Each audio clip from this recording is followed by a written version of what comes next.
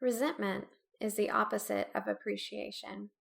A good synonym would be dissatisfaction. It's natural to feel this way from time to time in your relationship. However, resentment can become a big problem if it's not addressed properly.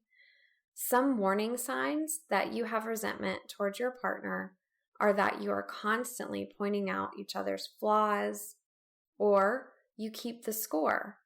So you say things like, "Oh yeah, this is just what you did last week." You might even be holding on to something they did a long time ago, and it is constantly in your mind when you interact with them.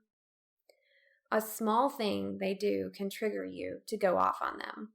You might notice yourself starting to dislike even being around them. If you're starting to notice these things, then you might be entering into negative sentiment override.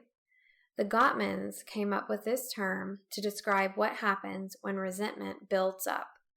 When you are in negative sentiment override, you silently harbor feelings of being unimportant, unwanted, or uncared for, and now perceive everything they say with a negative filter. There's no giving them the benefit of the doubt. The problem is also that you are not being in the present moment. Let me give you an example.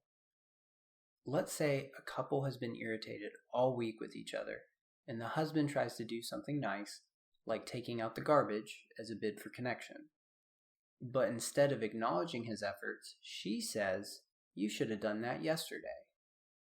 I think you can imagine how this might destroy intimacy between the couple, leaving the husband to feel unappreciated. He may say something like, "I can never do anything right with you." So what we want is to get to a place of positive sentiment override. This is where your overarching view of your partner leans more to the positive.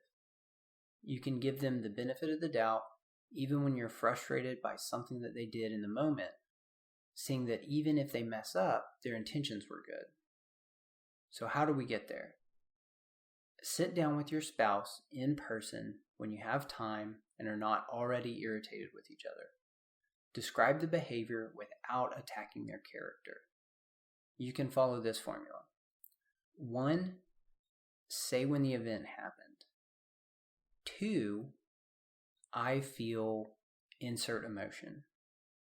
And then 3, I need what will help you feel better. So for the taking out the trash example, that would sound like, when I took out the trash and you did not acknowledge me, it made me feel like my efforts aren't good enough. I need you to please say thank you to acknowledge my effort. This may seem like a simple solution, but sometimes taking simple steps can make the biggest difference.